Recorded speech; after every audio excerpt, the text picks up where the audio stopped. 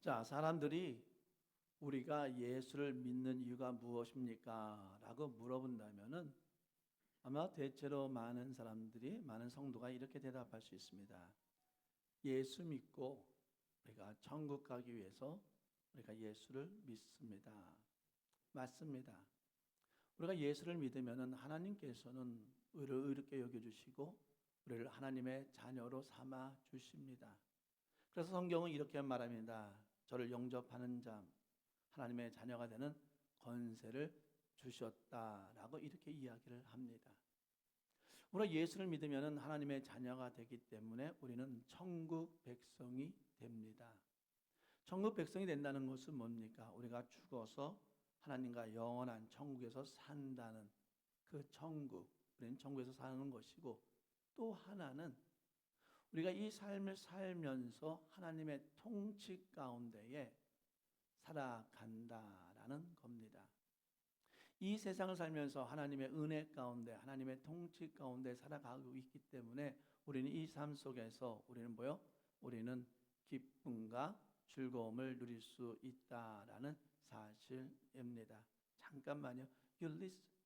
오케이. 자, 그럼 이 시간에 우리 옆 사람과 우리 인사합시다. 우리 주 안에서 항상 기뻐합시다. 우리 이 시간 옆 사람과 인사하시기를 바랍니다. 주 안에서 항상 기뻐합시다.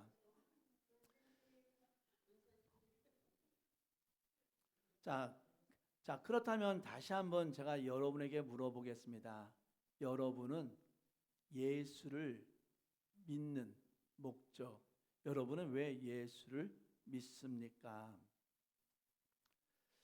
우리 한국의 고등학생들은 공부하는 이유가 뭐냐라고 물어보면은 그 학생들은 이렇게 대답합니다. 대학교 가는 것이 제 꿈입니다. 라고 이렇게 얘기를 해요. 이 미국 스타일에서는 약간 이해할 수는 없겠지만 한국은 뭐냐면은 그 학교를 들어갈 수 있는 사람들이 어떻게 돼요? 제한되어 있기 때문입니다. 그래서 한국은 경쟁률이 있어요.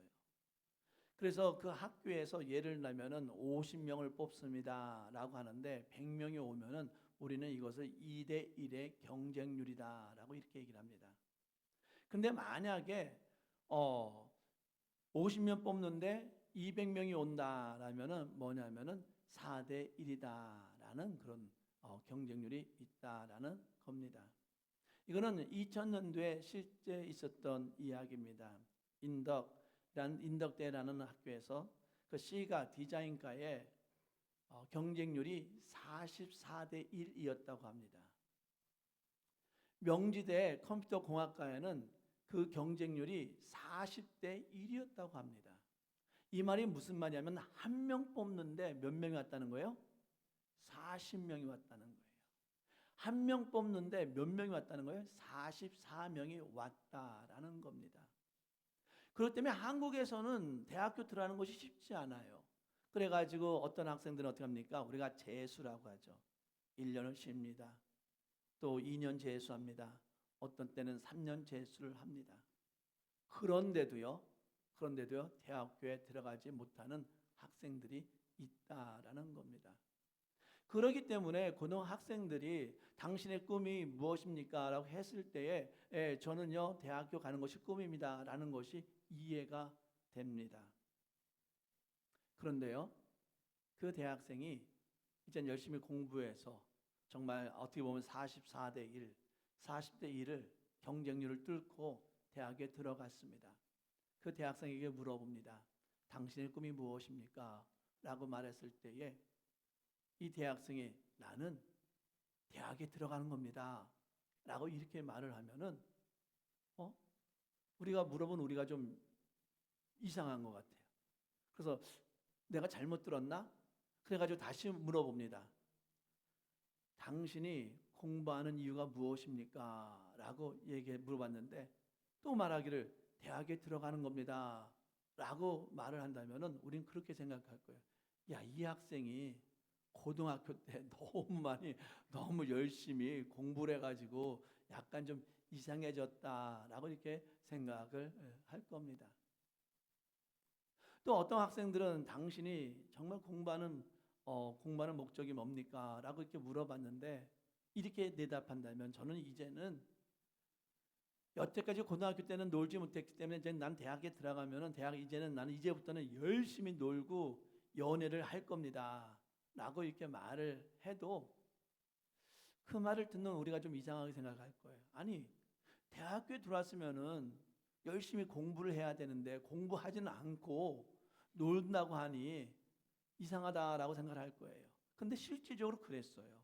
그 당시 때 우리 때도 그렇지 않았습니까? 우리가 대학교 들어가면은 야, 난 대학교 들어가기만 하면 난 이제부터는 자유야. 내가 여태까지 공부냐고 놀지 못한 거 내가 대학교 들어가서 내가 열심히 놀 거야 하는 가운데 그 대학교만 가면 그렇게 축제가 많았어요. 노는 문화가 많았어요. 그래서 그 노는 문화 때문에 많은 학생들이 피해보고 하물며 죽는 일까지 있었던 것이 대학교 축제 문화였습니다. 왜? 내가 대학교 들어가면 열심히 놀겠다라는 그런 생각을 갖고 있었기 때문입니다. 자, 그러면 제가 다시 한번 여러분에게 이거 중요한 질문입니다. 다시 한번 중요한 질문을 한번 물어보겠습니다. 여러분은 예수를 믿는 이유가 무엇입니까? 여전히 천국 가기 위해서 예수를 믿습니까? 저는요, 이미 이 설교 시작할 때에 우리는 이미 예수를 믿음으로 하나님의 자녀가 되었고 천국 백성이 되었다라고 이렇게 이야기를 했습니다.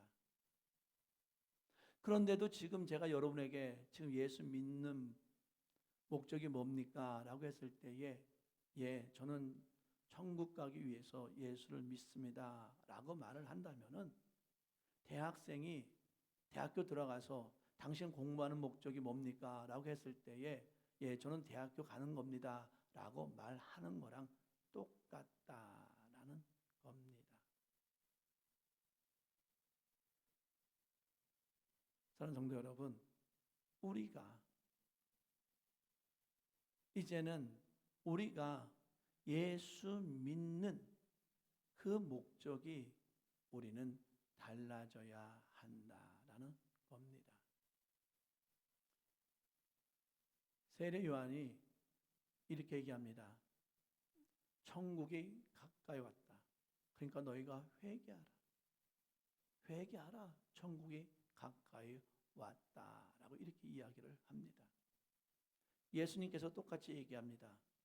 회개하라. 천국이 가까이 왔다라고 합니다. 그러면 여기서 천국은 무엇입니까?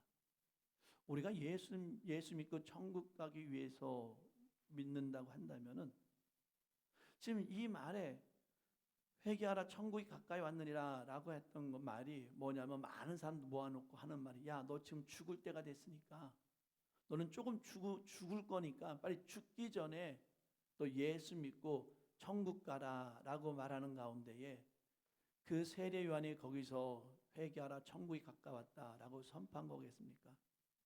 예수님께서도 회개하라 천국이 가까웠는데 아니 세례 요한이 민지 선포했는데 그 얘기를 듣지 못하고 죽을 사람들이 아직 못 왔기 때문에 빨리 죽을 사람들 빨리 와서 빨리 죽을 준비하는 가운데 빨리 회개하고 천국에 가라라고 이렇게 이야기하는 걸까요? 아닙니다.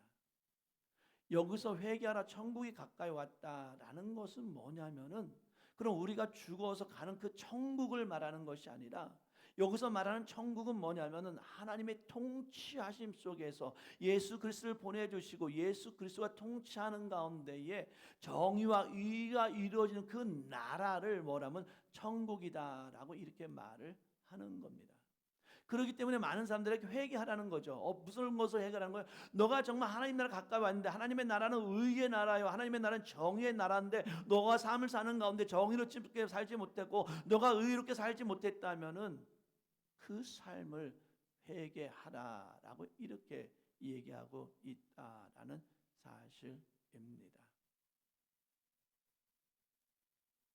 사랑하는 성도 여러분, 오늘 회개하라 천국이 가까이 왔다라는 이 말씀은 사실은 천국을 강조하고 있는 거예요. 어떤 천국? 우리가 죽어서 가서 영원히 거할 수 있는 하나님의 나라의 의미도 있지만은 더욱더 강한 것은 뭐냐면 아까도 말했지만은 하나님의 통치 속에서 이 세상 가운데에 정의와 실현을 누리며 하나님의 자비를 누리며 살아가는 이 천국의 삶을 누리라라고 말하는 것이 바로 이 천국이다라는 사실입니다. 자, 회개하라라고 했습니다. 회개하라는 뜻이 뭡니까? 삶이 바뀌어야 한다는 거예요. 이제는 새로운 삶을 살아야 한다는 겁니다. 이제는 천국의 백성의 삶을 살아야 한다라는 겁니다. 예수님께서는 이렇게 말씀하십니다. 너희는 가서 제자를 삼고 세례를 베풀라라고 이렇게 말을 합니다. 예수님께서 가서 제자를 삼으라라고 얘기합니다. 제자라는 것이 어떤 의미가 있습니까?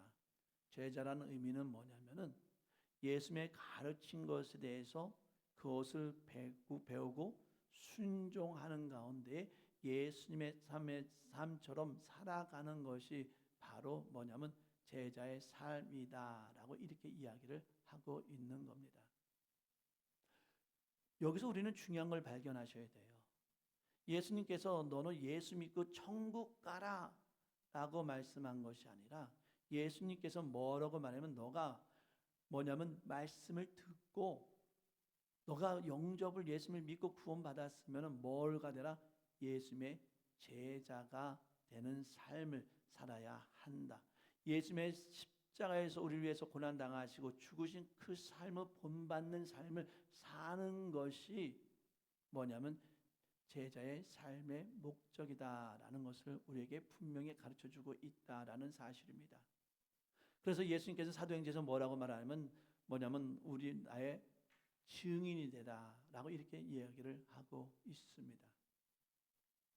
사랑하는 성도 여러분, 우리는 다시 한번 우리가 예수를 믿는 목적에 대해서 다시 한번 우리는 살펴봐야만 합니다. 우리는 예수를 믿는 민족, 믿는 그 목적이 천국 가기 위해서 가는 것이 목적이 되어서는 안 된다라는 겁니다. 왜냐하면은 여러분은 이 목적을 이미 이뤘기 때문입니다. 그렇다면은 어떤 것이 여러분의 삶의 목적이 되어야 되냐? 바로 제자의 삶을 사는 것이 여러분의 삶의 목적이 되어야 한다라는 사실입니다. 자, 제자라는 것이 뭡니까? 주님의 말씀에 순종해서 주님을 닮아가는 삶이다라고 했습니다.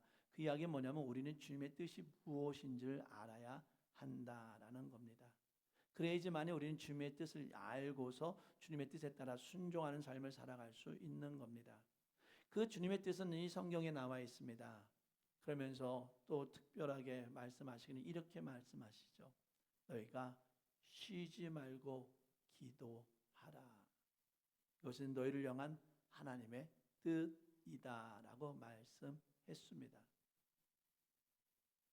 우리가 정말 제자의 삶을 살기를 원한다면은 우리는 기도하는 삶을 살아갈 수 있는 저와 여러분 되기를 진심으로 바랍니다. 우리가 힘들고 어려울 때에 역경이 있을 때에 우리는 하나님 앞에 간구할 수 있는 부르짖을 수 있는 저와 여러분 되기를 진심으로 바랍니다. 지금 오늘 읽은 이 시는 누구의 시냐면은 다윗의 시입니다. 다윗은 힘든 가운데 있어요. 다윗은 자기가 그렇게 사랑했던 압살롬이라는 그 자기 아들로부터 자기가 힘들고 병이 들었을 때에 그 압살롬이 반란을 일으켰어요.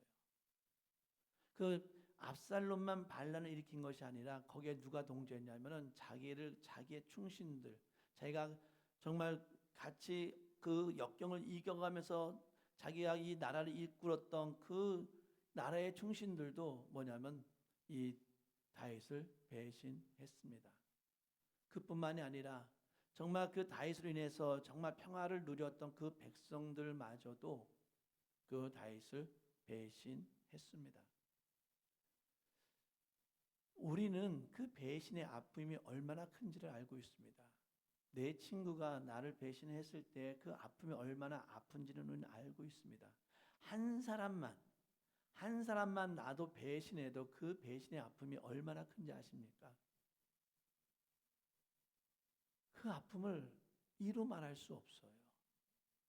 근데 지금 뭐냐면은 이 다윗은 단 한 자기 아들뿐만이 아니라 자기 충신들 그리고 자기한테 헌신했던 그 백성들까지 모두 다 이 다윗을 배신한 겁니다. 그때의 그 절망감, 그때의 어쩌면 그 분노, 우리는 충분히 이해할 수 있을 겁니다. 이때 다윗은 이렇게 생각할 수 있을 거예요. 내가 이 일을 꼭 기억하며 내가 언젠가는 내가 이것에 대해서 내가 꼭 갚아 주리라 라고 이렇게 생각할 수 있었을 겁니다.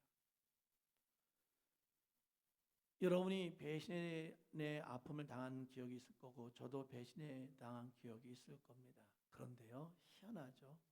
그 일이 10년 전인데도요, 아니 그 일이 20년 전 일인데도요, 지워지지가 않아요. 어떻게 해서 그 이름이 나오면은 맞아, 그 사람이 나한테 옛날에 이렇게 했어라고 그 아픔이 다시 떠오릅니다. 그렇기 때문에 이 배신에 대해서는 정말 안타까워하는 거죠. 여기 보면 사람들이 복수한다는 그 의미를 알 것 같아요. 그런데 다윗은 이 처참한 상황에서 오늘 찬양했던 것처럼 그가 꼭 수렁에 빠진 것 같은 그런 상황 속에서 그가 다짐하는 것은 복수가 아니라 오늘 말씀처럼 하나님, 하나님 하며 하나님 앞에 부르짖는 기도를 하고 있다라는 사실입니다.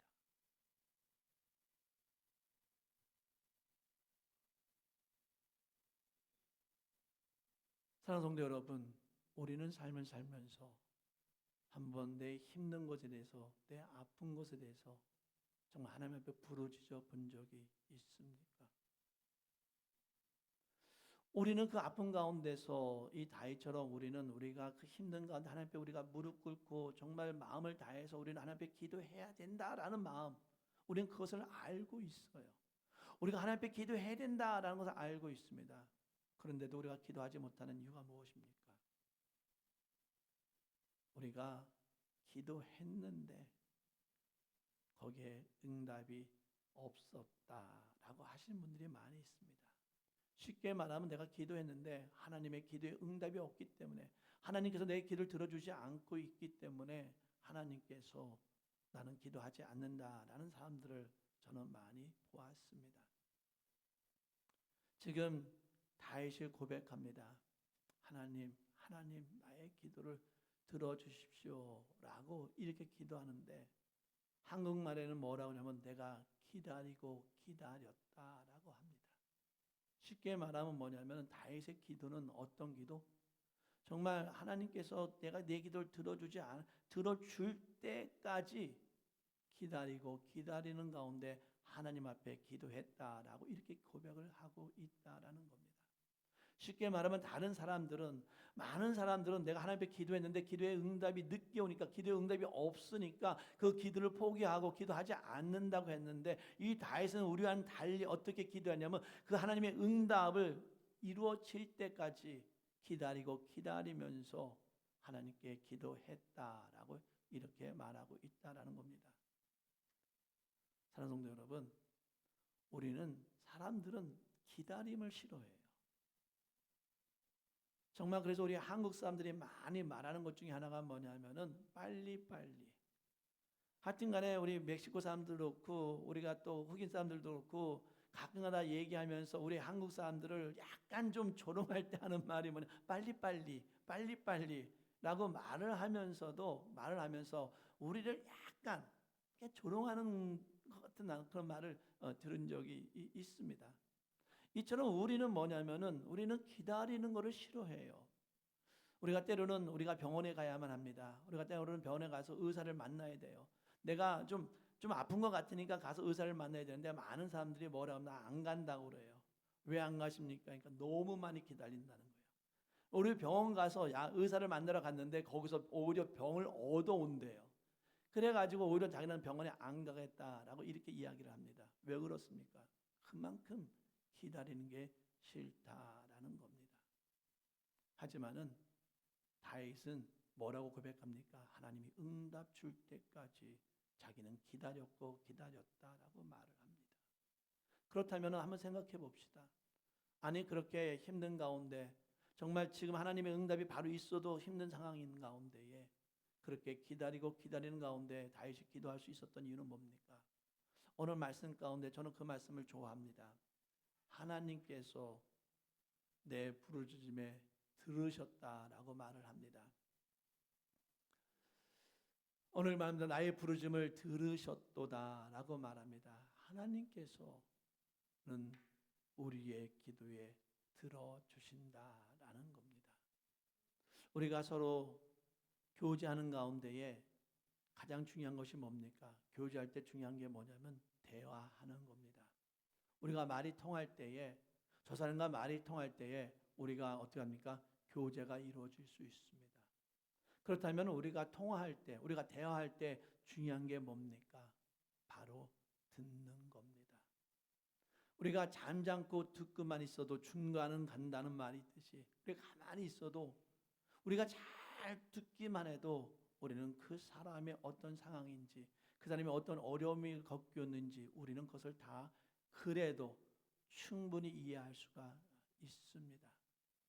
근데 우리가 듣지를 않는다면은 우리는 그 사람이 무슨 말을 하는지 우리는 이해하지 못하기 때문에 우리가 하는 말이 저 사람이랑은 뭐가 안 돼? 대화가 안 돼라고 이렇게 이해합니다. 왜 그렇습니까? 듣지를 못하기 때문입니다. 그런데요, 우리 하나님은 들으신다라고 되어 있습니다. 우리 하나님은 우리의 모든 속내를 아시는 하나님입니다. 우리 세상 사람들은 겉모습을 보고 우리가 겉모습이 안색이 안 좋을 때 오늘 무슨 일이 있습니까? 뭐 안 좋은 일이 있습니까? 이렇게 물어볼 수 있지만은 우리 하나님께서는 겉모습을 보는 것이 아니라 하나님께서 우리의 속내를 보시기 때문에 우리가 무슨 근심하고 우리 무슨 걱정을 하고 있는지 하나님께서 이미 다 알고 계신다라는 사실입니다. 그런데도 너무나 감사합니다. 우리의 모든 것을 속상함을 아시는 하나님께서 뭐라고 하시냐면 자기의 귀에 우리의 말씀에 우리의 부르주심에 하나님께서는 들어주신다라는 사실입니다. 이것이 얼마나 우리에게 큰 은혜입니까? 이것이 얼마나 큰 우리에게 복입니까? 사랑하는 성도 여러분, 하나님께서는 우리의 귀를 기울이십니다.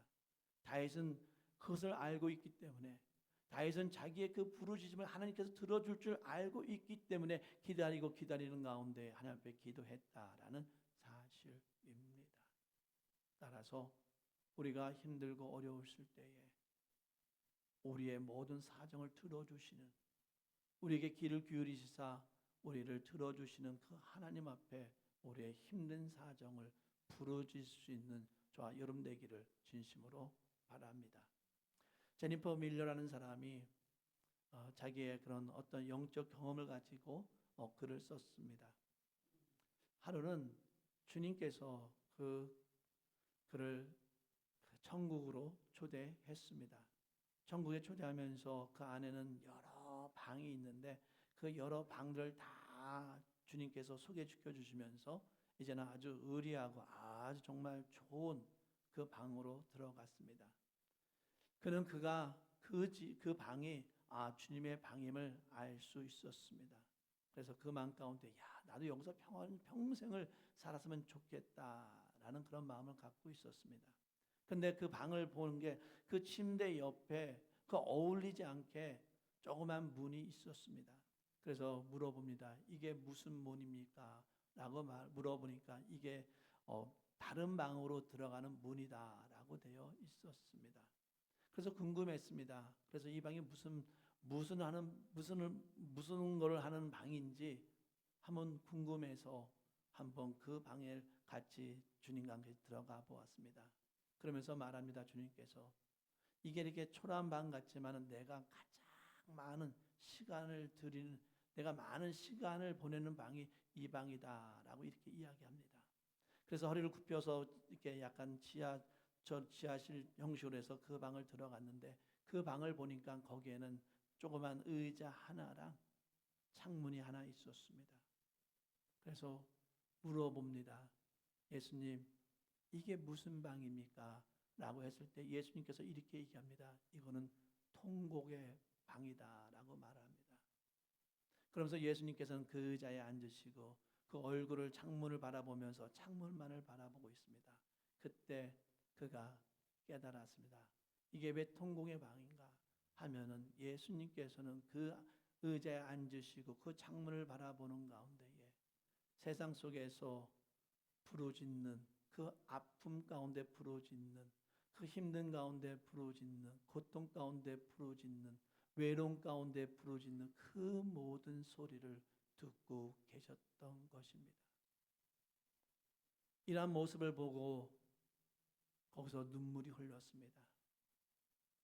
그 눈물을 흘렸던 이유 중에 하나는 뭐냐면 예수님께서 그 많은 시간을 이 조그만 방에서 앉아가지고 정말 세상만 바라보면서 그들을 들으시는 그 예수님, 그렇게 얼마나 힘들까봐 눈물이 흘린 것이 아니라 그가 고백하기를 뭐냐면 예수님께서 이렇게 우리의 기도를 들어주시는구나 라는 것 때문에 눈물을 흘렸다라고 글을 적었습니다. 사랑하는 성도 여러분, 우리가 예수 믿는 이유 중에 하나가 천국 가기 위해서입니까? 여러분은 이미 천국의 백성입니다. 이미 여러분에겐 천국이 약속되어 있습니다. 여러분의 목적이 천국 가는 것이 목적이 되어서는 안 됩니다. 이제는 우리가 제자의 삶, 예수님을 닮아가는 삶을 사는 것이 우리의 목적이 되어야 한다는 겁니다. 예수님께서 사역하시는 동안에 예수님께서 그 바쁜 가운데서도 기도하는 삶을 게을리지 않으셨습니다. 그리고 예수님께서는 우리에게 기도의 본을 보여준 것이 뭐냐면 십자가에 죽기 이전에 우리 제자들을 위해서, 우리 교회를 위해서 일일이 기도한 모습을 우리가 볼 수 있었고, 또 십자가 앞에서 그 사명을 감당해 나의 원대로 마음시고 하나님의 뜻대로 이루어 주시옵소서라고 하는 가운데 주님의 그 기도의 모습을 우리에게 보여주셨습니다. 사랑하는 성도 여러분, 우리의 삶이 목적이 바뀌길 바랍니다. 우리의 삶이 예수님을 닮아가는 삶이 되기를 원합니다. 그런 가운데 오늘 다시 우리에게 보여주었던 것처럼 힘들고 역경이 있을 때에 주님이 나에게 그 아픔을 아실 때까지, 그 아픔을 들어줄 때까지 기도할 수 있는, 정말 우리 예수님께서 우리의 모든 속내를 아시면서도 그 좁은 방에 나무 의자에 앉아서 그 창가를 바라보면서 우리의 그 부르짖는 그 음성을 듣는 그 예수 앞에 내 모든 것을 내려놓고 주님 앞에 부르짖을 수 있는, 주 앞에 기도할 수 있는, 그래서 이번 이 사순절 기간을 우리가 주님과 같이 동행하면서 같이 기도의 삶을 살아갈 수 있는 저와 여러분 되기를 진심으로 바랍니다.